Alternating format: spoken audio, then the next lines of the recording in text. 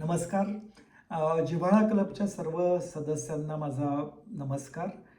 खूप दिवसांनी ऑनलाईन मीडियमच्या माध्यमातून का होईना पण आपल्याशी संवाद साधण्याची ही संधी मिळते. मला आनंद आहे आणि त्याच्याबद्दल मी जिव्हाळा क्लबचे अध्यक्ष डॉक्टर रामोळे, त्याच्याचप्रमाणे आपल्या सेक्रेटरी मिसेस रजनी खानदेशी आणि डॉक्टर शिवदे यांचे मनापासून आभार मानतो की त्यांनी मला ही आपल्याशी वार्तालाप करण्याची संधी दिली. आज देशामध्ये खूप महत्त्वाच्या घटना घडत आहेत, पण आपण आजच्या काळाबद्दल न बोलता थोडंसं भूतकाळाबद्दल, हिस्टरीबद्दल बोलणार आहोत. थोडासा विरोधाभास वाटतो, पण आपण नेहमी असं म्हणतो की आज ज्या घटना घडत आहेत त्याचं कुठे ना कुठे एक रिलेशन किंवा संबंध हा भूतकाळाशी म्हणजे हिस्टरीशी असतो. So the past is the present is always related to the past असं आपण म्हणतो.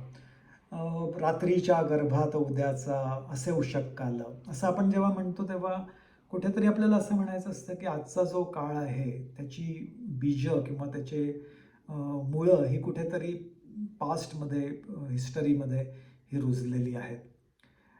त्याचवेळी दुसरीकडे आपण असंही म्हणतो की जुने जाऊ द्या मरणा लागुनी नव्याची ती कास धरा. आणि तेव्हा आपल्याला असं म्हणायचं असतं की इतिहास वगैरे खूप उपयोगी गोष्ट आहे, पण कायम इतिहासात रममाण राहणं, भूतकाळात रममाण राहणं ही काही फार चांगली गोष्ट नाही आणि वी शुड मूव्ह फॉरवर्ड. तर तो विचारसुद्धा पार्टली बरोबरच आहे.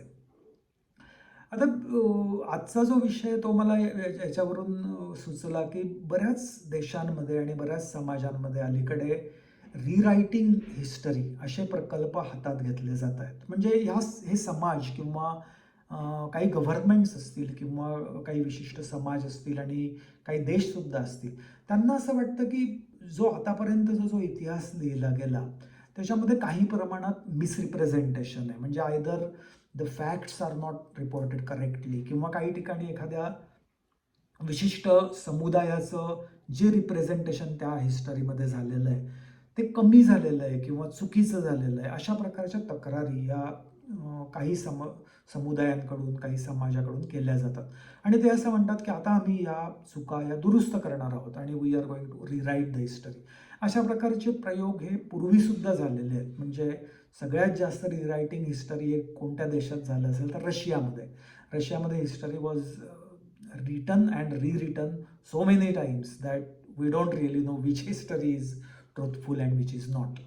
तर ज्यावेळी अशा प्रकारचे प्रयोग घेतले जातात तर अर्थात त्याच्यामध्ये काही कोणाला हरकत असायचं कारण नाही. याचं कारण असं की historians themselves admit that the history which they have written is not perfect or it's not completely truthful. आणि उद्या जर काही त्याच्यामध्ये नवीन पुरावे सापडले किंवा त्याच्यामध्ये नवीन गोष्टी सापडल्या, नवीन एव्हिडन्स सापडला तर historians are always ready to accept those new facts and change history themselves किंवा change the interpretation of the history themselves. So in that sense historians are just like scientist. सायंटिस्टसुद्धा असं म्हणतात की आज मी हा प्रयोग केला and today these are my conclusions. पण उद्या जर दुसऱ्या प्रयोगातून काही वेगळ्या प्रकारचं सत्य सापडत असेल तर I am ready to change my conclusions. So scientists and historians both of them have open mind आणि ते म्हणतात की rewriting the history can be done. The only condition is that it must be done, rewriting of the history must be done by using scientific methods. जसा science हा scientific method वापरतो तसा हिस्टोरियनच्या सुद्धा scientific methods असतात. या काय काय methods असतात ते आपण पाहणार आहोत.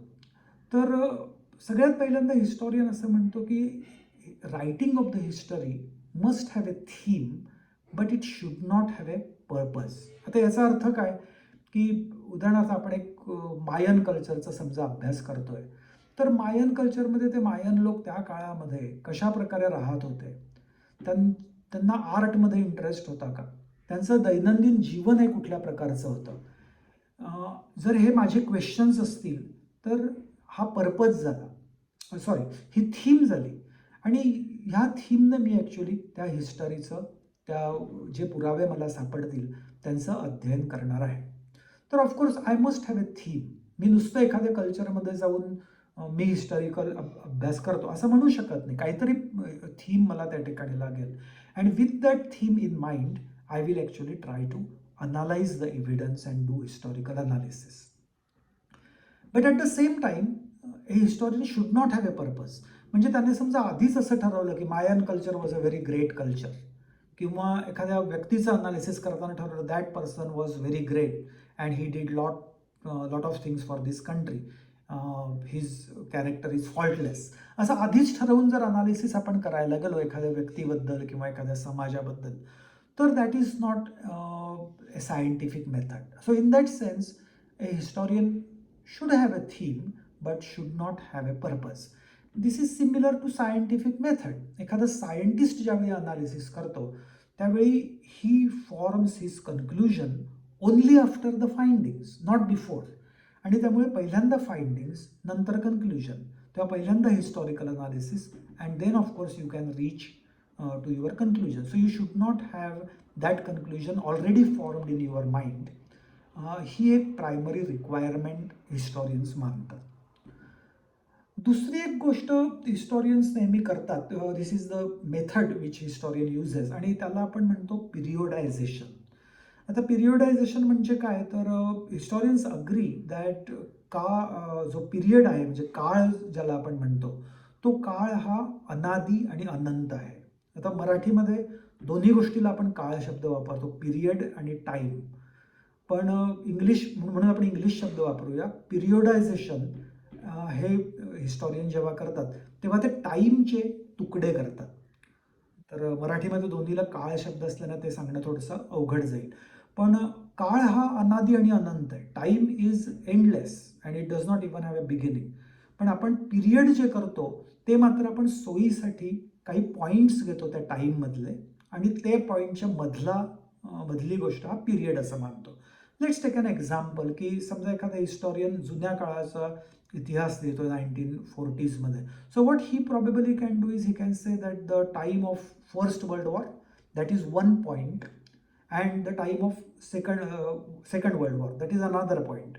मग त्याला 3 पिरियड्स मिळतील. एक, the period between these 2 points of time, the period before first world war, that can be one time, the period after the second world war, that can be another period. तर हे 3 periods त्याला मिळाले. the time before the first world war, that is one period, the time between the 2 world wars, that's second period, and the time after the second world war, that is third period. आणि मग तो म्हणू शकतो की आता मी हा period याचा compare करतो की आधी कशी परिस्थिती होती, नंतर कशी परिस्थिती होती. So using that comparison he can actually interpret history in a convenient manner. याचं कारण असं की असं करणं हे पूर्णपणे सायंटिफिक नाही, हे हिस्टॉरियनला माहिती आहे. याचं कारण काय, तर याचं कारण असं की जरी तुम्ही असं म्हटलं की ह्या काळातली जी हिस्टरी आहे ती एका पिरियडशी सुसंगत आहे, पण सगळ्या जगाला किंवा जगातल्या सगळ्या देशांना, सगळ्या समुदायाला ती लागू होईल असं नाही. आता उदाहरणार्थ आपण let's take the case of India. आता जगाच्या हिस्टरीमध्ये सेकंड वर्ल्ड वॉर हा एक पिरियड आहे. दॅट इज तो सेकंड वर्ल्ड वॉर 1945 मध्ये इट एंडेड. पण त्याचवेळी इंडियामध्ये कुठल्या प्रकारच्या गोष्टी घडत होत्या. So we had quit India movement, आणि 1942 to 47 हा पिरियड आपल्या देशामध्ये खूप क्रिटिकल होता, because the whole nation or a large part of the nation was involved in freedom struggle. Of course, that freedom struggle also got impacted by Second World War. पण तरी सुद्धा त्याला एक स्वतःची अशी मोमेंटम होती त्या देशामध्ये, आणि त्यामुळे त्या देशाचा इतिहास लिहिताना आपल्याला कदाचित तो पिरियड 1942 क्विट इंडिया मुवमेंट पासून सुरू करावा लागण्याची शक्यता आहे, आणि त्याचा एंड कदाचित 1947 किंवा 1950 जेव्हा इंडियन रिपब्लिक वॉज फॉर्म्ड, तेव्हा तिथला पिरियड हा वेगळा असण्याची शक्यता आहे. So periodization is a very convenient tool used by the historians, and sometimes it causes bias. त्याचे साईड इफेक्ट्स आहेत, पण तरीसुद्धा आपल्याला त्या प्रकारचा बायस हा कधी कधी ॲक्सेप्ट करावा लागतो. तर आपण सुद्धा सामान्य माणूस म्हणून हे लक्षात ठेवलं पाहिजे की आपण ज्यावेळी 2 प्रेसिडेंट्स, 2 प्राईम मिनिस्टर्स किंवा 2 चीफ मिनिस्टर्स यांचा काळ कम्पेअर करतो, तर बऱ्याच वेळेला ते काही फारसं ऑब्जेक्टिव्ह नसतं. म्हणजे एखाद्या चीफ मिनिस्टरने त्या ठिकाणी पद ते सांभाळलं किंवा प्राईम मिनिस्टरने पद सांभाळलं म्हणजे लागलीच बदल व्हायला सुरुवात असतात असं नसतं. काही काही परिणाम हे खूप दूरगामी असतात. म्हणजे 1950मध्ये जो US प्रेसिडेंट होता फॉर एक्झाम्पल, त्याने ज्या सुधारणा केल्या कदाचित त्याचे काही परिणाम हे आज आपल्याला दिसत असतील. त्याला 50 वर्ष किंवा 70 वर्ष लागू शकतील. तर असं म्हणणं की आजचा प्रेसिडेंट आणि त्यावेळेचा प्रेसिडेंट यांची मी तुलना करतो, हे तितकंसं सायंटिफिक नाही आहे. कारण बऱ्याच वेळेला the decisions which are taken by prime ministers or presidents, they are very far reaching. So it takes many years, sometimes decades, to see any kind of impact of that. And so it's not completely scientific to do periodization in terms of presidents, prime ministers or rulers. कधी कधी ते करावं लागतं, ते आपण मान्य केलेलं आहे. तर आतापर्यंत आपण असं म्हटलं की there should be a theme but not a purpose. आणि नंतर आपण असं म्हटलं की periodization is a convenient tool but sometimes it causes bias. आता तिसरा जो भाग हिस्टोरियनसाठी महत्त्वाचा असतो तो म्हणजे सोर्सेस. सोर्सेस हे दोन प्रकारचे असतात. आपण जर खूप पूर्वीच्या काळामध्ये गेलो, ज्याला प्री हिस्टॉरिक टाइम्स असं म्हणतात, की त्यावेळी हिस्टरी अस्तित्वातच नव्हती आणि आज आपण त्याचं उत्खनन करून त्याचे अवशेष पाहून काहीतरी त्याच्याबद्दल फॉर्म करतोय. म्हणजे उदाहरणार्थ डायनोसॉर हा प्राणी कधीतरी होता असं आपण कन्क्लुजन काढतो. याचं कारण असं की त्याचे ते बोन्स सापडले आहेत, त्याचं एक स्केलेटन आपण तयार करतो. ते स्केलेटन बायोलॉजिस्ट त्याच्यामध्ये येतात. ते स्केलेटन तयार करता आपण म्हणतो की I think there must be a very large animal in those times. त्याचे आपल्याला डॉक्युमेंट्स वगैरे काही सापडत नाही, कारण त्या काळामध्ये ती सगळी सोय नव्हती. आणि जे त्याचे सोर्सेस म्हणजे त्याचे जे ऑब्जेक्ट सापडतात ते सुद्धा सगळे तुटलेले, त्याचे ते आपण एकत्र जोडतो, त्याचं स्केलेटन तयार करतो डायनोसॉरचं आणि त्याच्यावरून कन्क्लुजन काढतो. तर हा प्री हिस्टॉरिक टाइम झाला. त्याच्यानंतर त्याच्या पुढचा काळ म्हणजे मोहेंजोदारो किंवा हरप्पा अशा संस्कृतीचं, किंवा मायन कल्चर, रोमन कल्चर. तर तिथे आपल्याला माहिती आहे की आपण जेव्हा म्युझियममध्ये जातो तेव्हा एस्केवेशन करून, उत्खनन करून ज्या गोष्टी त्यांना सापडल्या त्या तिथे ठेवलेल्या असतात आणि त्याचं इंटरप्रिटेशन केलेलं असतं. आता ह्या गोष्टींना आर्टिफॅक्ट्स असं आपण म्हणतो. काही गोष्टी त्याच्यातल्या युजफुल गोष्टी असतात. For example cooking utensils used in Mohenjo-daro and Harappa, हे उपयोगी गोष्टी आहेत. किंवा काही गोष्टी या आर्टिस्टिक असू शकतात. दे माइट बी स्कल्पचर्स, दे एखादं एस्केवेशन केव्ह असेल, एखादी देवाची मूर्ती असेल, किंवा एखादी आर्टचा ऑब्जेक्ट असेल.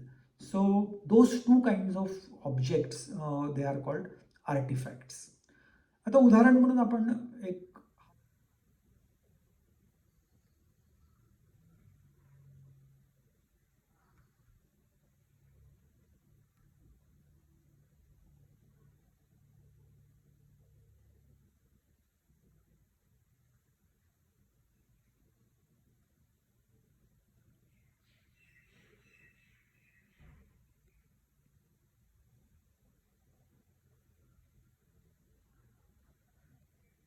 मग पाहूया. हा त्याच्या खाली असं लिहिलं आहे मुंचन. तर मुंचन हे तुम्हाला माहिती आहे की म्युनिक, जी जर्मन सिटी, त्याचं पूर्वीचं नाव किंवा जर्मन भाषेतलं नाव आहे, मुंचन होतं.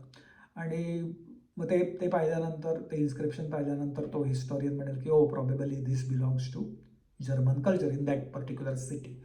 मग ते पाहिल्यानंतर first he will probably analyze the material of which the mug is made, the kind of paint that is used on that mug. कारण या गोष्टी सुद्धा महत्त्वाच्या आहेत की त्या काळी कुठल्या प्रकारचे मटेरियल्स हे वापरले जात होते. Then he will look at inscription, is there any text on that mug, कारण त्या टेक्स्टमधून काही गोष्टी आपल्याला कळू शकतात. So there is not much inscription except the word Munchen. So let's look at other things. It seems that there are very small paintings on this mug. तर हे पेंटिंग्स, त्यातलं एक पर्टिक्युलर पेंटिंगवरून आपल्याला असं दिसतं की काही daily activities in Munchen times, in those times in Munchen, they are probably recorded on this mug. मग त्याच्यावरून आपल्याला कळू शकतं की अरे त्यावेळेच्या सर्वसामान्य माणसाचं डेली लाईफ हे कसं होतं, काय ॲक्टिव्हिटीज तो रोज करायचा. So of course these are all interpretations, they may be wrong, they might be right. आता हे मग आपण थोडा वेळ बाजूला ठेवू. ही युजफुल गोष्ट आहे. एक the sculpture of this lady ते आपण घेऊ. त्याच्यात पुन्हा एकदा आपण बघतो की ही युजफुल गोष्ट नाही, तर it's an object of art. तर ह्याच्यामध्ये जेव्हा आपण बघतो तेव्हा this lady is probably carrying something on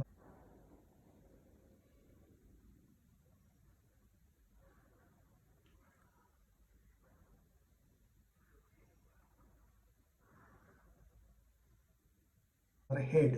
आणि what is that? Is it a pot of water? त्या काळी सुद्धा स्त्रियांना ही जबाबदारी दिली गेली होती का, की पाणी भरून आणण्याची? त्यांना लांब जावं लागायचं? त्या काळचं आयुष्य कसं होतं? Was it inconvenient? अशा गोष्टींचं आपण इंटरप्रिटेशन करू शकतो. नंतर आपण क्लोजली त्याच्याकडे पाहतो तर आपल्याला असं लक्षात येतं की oh she is not carrying a pot of water, but that is a large piece of fruit, probably watermelon. आणि मग थोडीशी आपली इंटरप्रिटेशन बदलतं. Oh that means I can't really say that life in those times was hard because she is not carrying a pot of water. मग let me look at the cloth she is wearing. तर एकतर खूप large piece of cloth आहे आणि त्या क्लोथमध्ये एक style दिसते. त्याचं जर कट पाहिलं आपण तर त्याच्यामध्ये एक स्टाईल दिसते. तर उगाचच काहीतरी एक कपडा उचलून तिने गुंडाळला आहे असं नाही आहे. तर it has been properly stitched, properly cut. मग त्याचा अर्थ असा की ज्या समाजामध्ये एवढी प्रगल्भता होती की clothes were properly cut, they were properly stitched and then worn, तिथं थोडीफार सुबत्ता असेल असा निष्कर्ष काढायला हरकत नाही. नंतर तो हिस्टोरियन पाहतो की कुठल्या रेसची स्त्री आहे, तर तिचे जे फीचर्स आहेत चेहऱ्याचे, इट्स अन ओव्हल फेस. आणि तो ओव्हल फेस, तिची हाईट वगैरे बघता probably this woman might be from Indonesian culture. अर्थात त्याला तो ऑब्जेक्ट कुठे सापडला ते पण, ती माहिती पण तो वापरेल त्या ठिकाणी. But probably she is from South East Asia, but not probably from Thailand, because most of the Thai women they do not have this kind of height. तर ही दोन उदाहरणं होती की दोन आर्टिफॅक्ट सापडल्यानंतर कशा प्रकारचं अनालिसिस हिस्टॉरियन करू शकतो. अर्थात नुसते हे आर्टिफॅक्ट्स त्याच्याकडे नाही, त्याच्याकडे आणखी 100 आर्टिफॅक्ट्स आहेत. त्याच्या जोडीला कदाचित डॉक्युमेंट्स असू शकतील पुढचा जर काळ आपण घेतला तर. आणि मग आपल्याला त्याच्यावरून जास्त चांगलं कन्क्लुजन हे काढता येईल. त्यामुळे आता आपण पुढच्या काळामध्ये येऊ. म्हणजे आत्तापर्यंतचा जो काळ आपण पाहिला त्याच्यामध्ये रायटिंग फारसं अस्तित्वात नाही आहे. पण आपण एक पुढचं उदाहरण घेऊ की फ्रेंच रिव्हॉल्युशन. तर फ्रेंच रिव्हॉल्युशनमध्ये जे डॉक्युमेंट्स होते दे वेर इन एक्झिस्टन्स. आणि ज्यावेळी आपण फ्रेंच रिव्हॉल्युशनची हिस्टरी पाहतो त्यावेळी हे डॉक्युमेंट्सवरून आपल्याला फ्रेंच रिव्हॉल्युशन हे कशा प्रकारे झालं, हाऊ फार farmers participated in French revolution, अशा प्रकारचे प्रश्न विचारता येतात. पण त्याच्यामध्ये आता प्रॉब्लेम्स येतात. याचं कारण असं की तुम्ही जर तो काळ घेतला किंवा इवन इंडियामधला फ्रीडम स्ट्रगलचा काळ घेतला तर who which which particular class was given the liberty to store or record documents? A very limited class. म्हणजे इंडियामध्ये समजा मिडल क्लास त्यावेळी त्याच्याकडे होतं रायटिंगचे साधनं होते.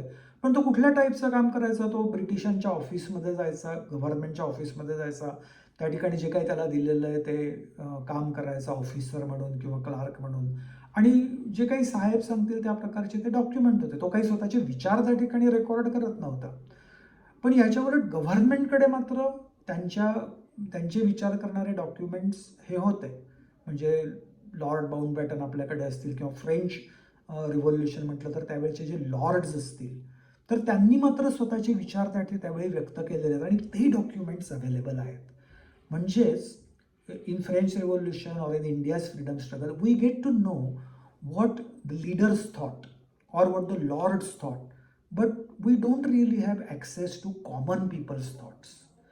आणि त्यामुळे फ्रेंच रिव्हॉल्युशन म्हणा किंवा इंडियन फ्रीडम स्ट्रगल म्हणा, त्या काळचा जो सामान्य माणूस होता त्याचा फ्रीडम स्ट्रगलमध्ये किंवा फ्रान्समध्ये फ्रेंच रिव्हॉल्युशनमध्ये कितपत सहभाग होता, कुठल्या प्रकारचा सहभाग होता, what did he think about those regimes, याची माहिती आपल्याला फारशी मिळत नाही, हिस्टॉरियन्सला फारशी मिळत नाही. तर ह्याला हिस्टोरियन्स म्हणतात पॉसिटी ऑफ सोर्सेस. आपल्याला काही करता येणार नाही त्या ठिकाणी कारण सोर्सेस हे अवेलेबल नाही आहेत आणि त्याच्यामुळे मी काही फार चांगले कन्क्लुजन्स या ठिकाणी काढू शकत नाही. आपण त्याच्या थोडंसं पुढच्या काळाकडे येऊ. म्हणजे ज्यावेळी मिडल क्लास हा लिहायला लागला होता म्हणजे तुम्ही जर अर्ली 20th सेंचुरी पाहिलं की आपल्याकडे कोण लिहित होते त्यावेळी, समजा हना आपटे असतील, त्याच्यानंतरच्या काळामध्ये अरविंद गोखले असतील, आणि त्याच्यानंतरच्या पुढच्या काळामध्ये पु ल देशपांडे, ते खूपच मॉडर्न याच्यामध्ये आले. पण हे सगळे फिक्शन रायटर्स आहेत. पु ल देशपांडे विनोदी लेखक आहे. मग हिस्टॉरियन असं म्हणतो का की हे पु ल देशपांड्यांचं रायटिंग मी काही सोर्स म्हणून वापरणार नाही कारण इट्स ओनली ह्युमरस रायटिंग, असं म्हणत नाही तो. किंवा हा ना आपटे ही कादंबरी आहे, फिक्शन आहे, अरविंद गोखले फिक्शन आहे, असं म्हणत नाही. Even if it is fiction, as long as I know की इट इज फिक्शन, किंवा as long as I know it is humorous writing, त्याच्यातून मला खूप प्रकारची माहिती मिळते. म्हणजे पु ल देशपांड्यांचा नारायण हा लेख वाचल्यानंतर कंप्लीट रेकॉर्डिंग येते त्यावेळी वेडिंग्स कसे व्हायचे. आज आपल्याला गंमत वाटते कारण weddings no longer take place that way, जे नारायणमध्ये त्यांनी डॉक्युमेंट केलेलं आहे. आणि त्यामुळे for a historian no source is inferior. नुसतं ते ह्युमरस रायटिंग आहे, काल्पनिक आहे म्हणून ते इन्फिरियर नाही आहे. त्याच्यावरून मला बऱ्याच प्रकारच्या गोष्टी या कळू शकतात. तर हा आता पुढचा काळ आहे ज्याच्यामध्ये मिडल क्लास लिहायला लागलेला आहे. Pu La Deshpande was from middle class, Arvind Gokhale was from middle class, Hana Apte upper middle class. तर हे जे सगळे लोक होते हे आता लिहायला लागलेले आहेत, अनलाईक इन द पास्ट. आणि त्यामुळे I have actually access to all this sources as a historian. पण तरीसुद्धा काय होतं की एक पु ल देशपांड्यांचं किंवा एक हना आपटे किंवा एक अरविंद गोखल्यांची ज्यावेळी कथा पब्लिश व्हायची त्यावेळी 99 अदर पीपल वे आर बीइंग रिजेक्टेड, की ते सुद्धा लिहित होते कथा, कादंबऱ्या किंवा इवन नॉन फिक्शन, पण पब्लिश मात्र 1%च होत होतं कारण publishing was very expensive that time. तर त्यातली बरीचशी हस्तलिखितं आता उपलब्ध नाही आहेत, ती फेकली गेली, डिस्ट्रॉय केली गेली. आणि त्यामुळे रिअली स्पीकिंग पुन्हा त्यावेळेचा जो मिडल क्लास आहे त्यातले फक्त काही लोक मला अवेलेबल आहेत. पण I don't really get lot of sources from which I can conclude की मिडल क्लासचं थिंकिंग हे कुठल्या प्रकारचं होतं. आता आपण आणखी पुढच्या काळाकडे म्हणजे अगदी मॉडर्न काळाकडे, की गेली 10 ते 20 वर्ष जर आपण पाहिलं तर माझ्यासारखे म्हणजे सामान्य लोक, सामान्य मी अशासाठी म्हणतो की त्यांना कुठली पर्टिक्युलर विचारसरणी नाही आहे. They change their thinking. They might be educated but they can change their thinking. They are flexible and that is why they say आज मला हे आवडतं, आज मला ही विचारसरणी आवडते, पण उद्या मी दुसरं काही वाचलं तर मी चेंज करू शकतो because I am not tied to any particular political party or any particular ism or any particular group. आणि त्याच्यामुळे मी स्वतःला सामान्य माणूस असं म्हणतो की मी अनअटॅच्ड आहे. तर अशा सामान्य माणसांना अचानक खूप मोठी पॉवर मिळाली की आपण व्हॉट्सॲप, फेसबुक किंवा ट्विटर हे वापरून किंवा अनेक वेब बेस्ड सोर्सेस वापरून we can interact, we can record our thoughts and not just record, we can publish them immediately. आपल्याला आता मध्ये कोणाची परवानगी लागत नाही ते पब्लिश करायला. मी एक कथा लिहिली किंवा मी एक लेख लिहिला तर मी ते डायरेक्ट पब्लिश करू शकतो माझ्या ग्रुपवर, माझ्या मित्रांना पटकन वाचायला देऊ शकतो. तर हे आपण करत असल्यामुळे 100 वर्षानंतरचा जो इतिहासकार आहे I think he will not complain about paucity of sources. तो म्हणजे अरे मला सोर्सेस खूप अवेलेबल आहेत, व्हॉट्सॲपवर हजारो लेख आहेत, वेबवर हजारो लेख आहेत, and so I exactly know what common people in 2021 किंवा 2015 was thinking, what that group was thinking. I can exactly know आणि I can interpret. Probably I have too many sources. आता याच्यातलं मी कुठले घ्यायचे आणि कुठले नाही हे मला ठरवावं लागेल. But I can no longer complain about paucity of sources. खूप सोर्सेस अवेलेबल आहेत. तर असं जर असेल की माझं आजचं रायटिंग, मी जरी सामान्य माणूस असलो तरी हे 50 वर्षांनी it might become a historical source, की ह्या काळातले लोक कसा विचार करत होते त्याचा. तर त्याचा दुसरा भाग असा की I have to be a responsible netizen. जेव्हा मी नेटिझन आहे, नेटवर पार्टिसिपेट करतो, तेव्हा काही जबाबदाऱ्या मला पाळल्या पाहिजेत. तर मी कुठलंही एक रायटिंग फॉरवर्ड करत असेल विदाऊट व्हेरीफाईंग इट, तर I am probably contributing to misinformation. आणि मिसइन्फॉर्मेशन ही फक्त आजची नाही आहे, तर 20 वर्षानंतर जर एखादी हिस्टरी चुकीची लिहिली जाणार असेल तर त्या चूक करण्यामध्ये कुठेतरी 1% माझंही कॉन्ट्रीब्युशन आहे, कारण I forwarded misinformation and I probably do it every day. तर प्रत्येक गोष्ट जी मी फॉरवर्ड करतो ती व्हेरीफाय केली पाहिजे, ही आवश्यक आहे. त्याच्यानंतर त्याचे सोर्सेस हे व्हेरीफाय केले पाहिजे की कुठून ते आलेले आहेत, ते सोर्सेस बरोबर आहेत की नाही. कारण सोर्सेस आर व्हेरी इम्पॉर्टंट, जसं आपण हिस्टरीमध्ये ठरलंच. तर ते जर आपण करणार नसू तर पुन्हा एकदा त्याच्यात प्रॉब्लेम होऊ शकतो आणि I will be contributing to wrong writing, wrong recording of historical facts. आणि त्यामुळे आपण जेव्हा नेटिझन म्हणून काम करतो त्यावेळी जी मिसइन्फॉर्मेशन स्प्रेड होते त्याचं फॅक्ट चेक करणं ही पण प्रॉबेबली आपली जबाबदारी आहे. की एखाद्या माझ्या मित्राने का होईना पण एखादा मेसेज हा चुकीचा स्प्रेड केलेला आहे, चुकीचा म्हणजे फॅक्च्युअली चुकीचा, तर I should and I check its fact, it's wrong, it's not written by JRD Tata and the facts are wrong. तर मी तो फॅक्ट चेक त्या करेक्ट केल्या पाहिजे. असा विचार नको करायला की अरे तो माझा मित्र आहे त्याला वाईट वाटेल किंवा तो माझा सहकारी आहे, जाऊ दे. कारण that writing is not for today but it is actually for next 50 years. आणि नेक्स्ट 50 years नंतर it is going to become a historical source.